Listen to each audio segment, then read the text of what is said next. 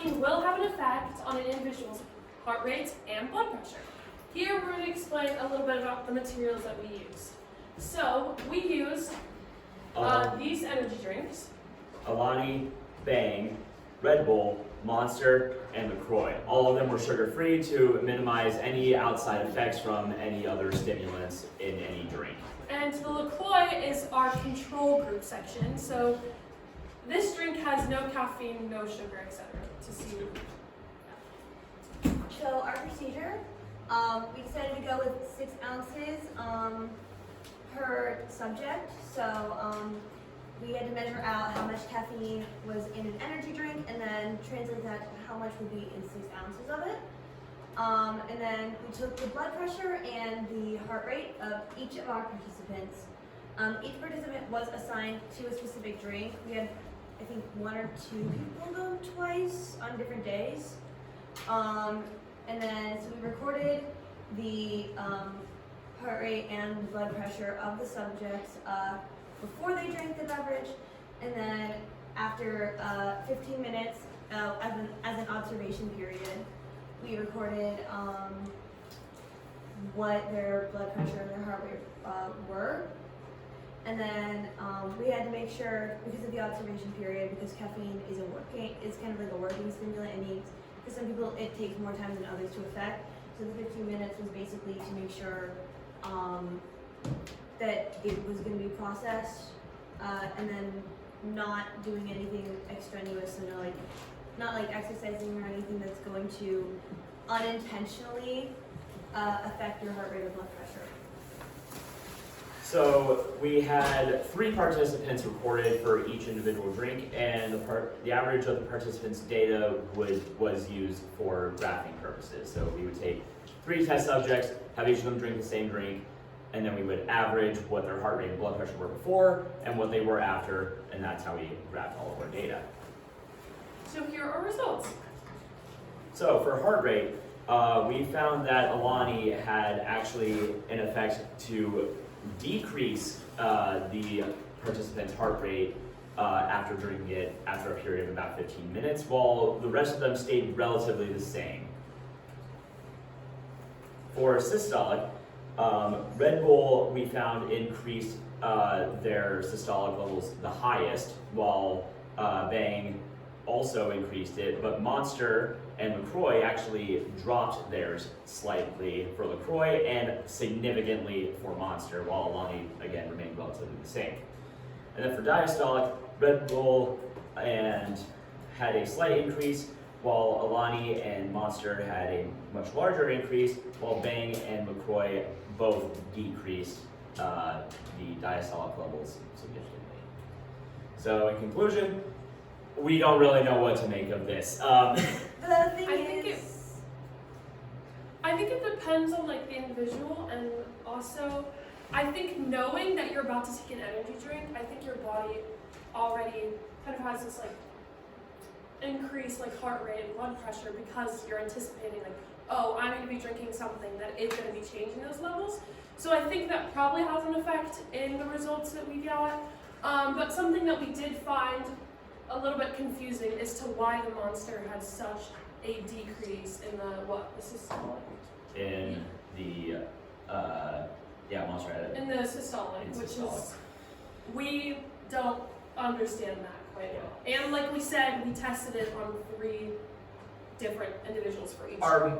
Our best guess as to why all this happened is caffeine doesn't always increase the energy for every single person. Yeah. So Everybody has different reactions to it, and especially if you drink energy drinks all the time, you will probably have a higher tolerance to caffeine, so that would likely mean you would be lower surprised. lower amounts of it will. The other thing is your brain wiring can also change stuff. So basically, from my personal knowledge of having severe ADHD issues, because caffeine is a stimulant, and because people who are diagnosed with ADHD are often medicated on stimulants, it can affect them a lot differently than it can for other certain individuals. Whereas caffeine is known to help people with ADHD often, as being able to help them focus as they boost if they're already on a stimulant medication. I also think another thing that might have affected our data is we tested, again, we said we tested their heart rate and their blood pressure before the beverage, and I think at the time, like during the 15-minute waiting period, they weren't allowed to do any exercise. If anything, most of the subjects sat in the room and did just sat for 15 minutes. So I think not doing any physical activity, not walking, etc., just being at a steady level, like for example sitting, could have had an effect on why certain drinks lowered the individual's blood and heart rate. Yeah, Kazu literally fell asleep. Yeah. He like chunked down the entire like Bang sample, which was our highest caffeine level, and then fell asleep. So that might also have an effect. I don't know if we should have done it. I think for next time, I think it's probably, I feel like we should have asked a lot more questions about like the individual itself, like, oh, do they drink a lot of caffeine? Like, do they know that caffeine does or does not affect them?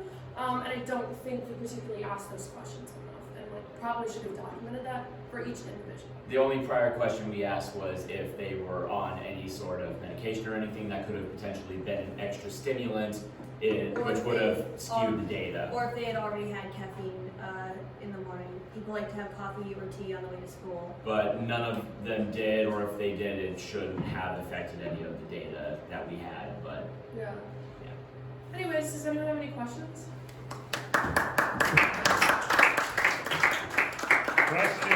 Questions for our first group.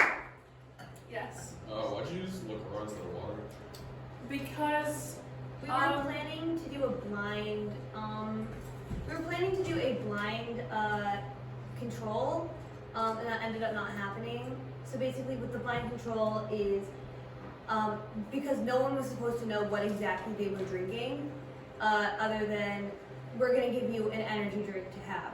But unfortunately that didn't go quite as planned. We had people come into the room while we were preparing, or we accidentally said stuff, or they managed to figure it out by what we had around us, essentially. it did help that a lot of the drinks were very, very different colors, so they could very easily Yes. tell Also the difference between them. But because we were going to do a blind control, we wanted to make sure it wasn't, people in our blind control weren't going to immediately recognize the fact that this is not a caffeinated beverage. So using LaCroix, which has a carbonate, which is another carbonated drink that is flavored, was going to help negate that effect, but unfortunately it didn't go as planned. also I think it's about the same as water. It's just like It's just carbonated Yeah. water. There's no sugar or anything in it, and just a couple of additional flavors. yeah. We probably could have picked a different flavor though. The flavor we picked tasted like chapstick. Sorry about No, that. that was the Bang energy drink. That was the cotton candy that tasted like chapstick. No, the LaCroix tasted like chapstick. I didn't think the LaCroix tasted Other like questions. Anyway, moving on. Other Well, questions. yes. Okay, so you say a couple of your results are significant. How do you know that they're significant? Do you do any type of like statistical testing, or just assuming that? significant in like Like- their And significant in terms of like their decrease or like increase. Right, like for solid in care, comparison to Alani, our you can other see that actual they're data. basically the exact same, maybe like a slight percentage drop, but Yeah. then you go over to Monster, where it goes from over like 115, I think it was, all the way down to like 90, Yeah. which was, not Also, significant in comparison to our other data, but we didn't do any like outside testing or comparisons with it. Mr. Dillard, do you have any questions? Does anyone have any other ones before I jump in? Anna, Sorry. And then Garvey. If you could do this study like again, like other than time and the number of participants, what would you do differently? Like what would you do differently? They'd like to make sure it was actually a blind trial. Yeah.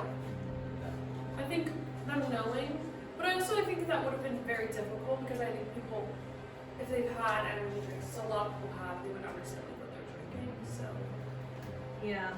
Maybe we could have blindfolded them before they went in the room. Well, if they're familiar with a certain energy drink, like I'd be able to tell you which Alani flavor and if I was drinking it, even if I was blindfolded. Garvey? Why did you choose 15 minutes before rechecking? Honestly, okay. Time constraints. I kind of talked about this before, but because caffeine can hit people at different time intervals, depending on outside factors, we wanted to make sure we gave at least some time Yeah. for things to start to take effect, because caffeine works for about 30 minutes to an hour after your body has processed it, in most cases. And 15 minutes, we wanted to make sure people were able to go back to their classes or back to their teams to work. Yeah. We didn't want to keep, ideally, 30 minutes probably would have been better, and having them do like light menial tasks, stuff that wasn't like exercise, but also like wasn't like they were just sitting there. But we also had a bunch of time constraints to make sure we weren't interfering with other people's experiments or work. Interesting. Fair. You said everyone got like 6 ounces. Yeah, So I does got that- about 6 ounces.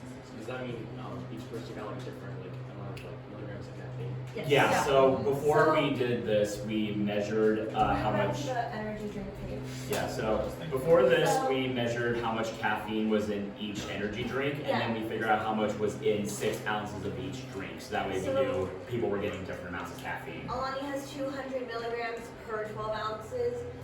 Meg has 300 per, I think, like 6, was it like 16? 16, yeah. Then there was Red Bull, which was like 140 per 12 ounces.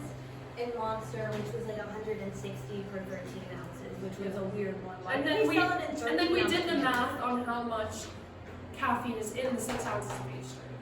So Red Bull significantly had like less. I think it was 55 milligrams per Yeah. 6 ounces. Emer? So how much like and then like really helpful if you know like how much did each one have like in the 6 ounce container? Oh, we Because probably should have the put it on hundred your slides. We have that recorded on our actual spreadsheet. but Wait, we- maybe open the spreadsheet. Alright, we'll go. Hey, wait, before we jump into the Here. spreadsheet, So, so basically scroll down. it's somewhere in here, but So Bang had 112. So Red Bull had 55. Ah. Alani had 100.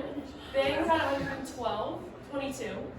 Monster had 52, and then LaCroix had nothing. Obviously, it's Yeah. sparkling water. Yeah. I want to hop in because we're going to need to get through 5 more groups, but I would like to ask real quick if you guys go to the results. Just go to the results in your slideshow. In your slideshow, And slideshow. the graphs in the Yes. slideshow. My favorite part. Oh. You made My me. computer messed up. Okay. There we go. You made me do that. All right. So, question. You guys talked about how there might have been some effect. Some of the differences you were seeing might have been an effect of sitting Yeah. quietly in a room, and maybe it's not the caffeine, maybe it's just the effect of being measured and all that kind of stuff.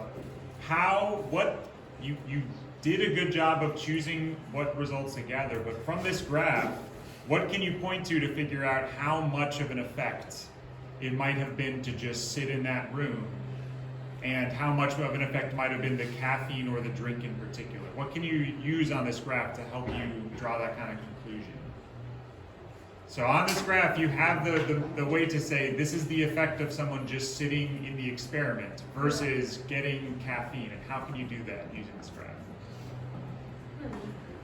Well, the before is what it was when they were sitting before they had caffeine, and the after is the same thing that they had caffeine. Well, how do you know what is the effect of the caffeine and what is the effect of sitting for 15 minutes in the I room? think maybe because there was an increase, or like the same exact level almost of the drink. But how do you know what the effect is from? You guys have it right there. And this is the thing that everyone is going to need to be able to think about. This is a really important point of experimentation. What is that group on the far right? The The control. control The group. control group, without caffeine, but who sat through the exact same thing, right? Yes. Mhm. So something I would think about moving forward with experimentation is when you talk about effects, whatever kind, significant or not, we want to be able to compare them to what they did versus the control group, right? Because the control group, you did a great job of setting up a group that has no caffeine, but went through the same thing as everybody else. So if you see a large difference in comparison to the control group, then there might be other factors that you can point to outside of sitting in a room quietly, being measured, all that kind of stuff. So just something to kind of think about moving forward as you do more experiments or plan your experiment that you're going to propose? Well, I think maybe the quad doesn't have an effect, like, because you see how it's like both the 4 and the Well, so that shows that the measurement itself does not seem to have an effect on heart rate. The Yeah. sitting in the room doesn't seem right, because that's why you did a good job On of the showing that. other, it seems that it sort of has a little. There might, right. So this is the thing I would think about in the future when you're talking about results. Connect it to the control group. You did a really good job of grabbing a control group and even thinking ahead for your blind taste of how to make it be an effective control group. Now it's right there to point to say, well, we see that just sitting there doesn't really seem to affect heart rate. So this drop from Alani is interesting because it didn't happen in the control group. I see. Something to kind of think about. But everybody give it up for our first group.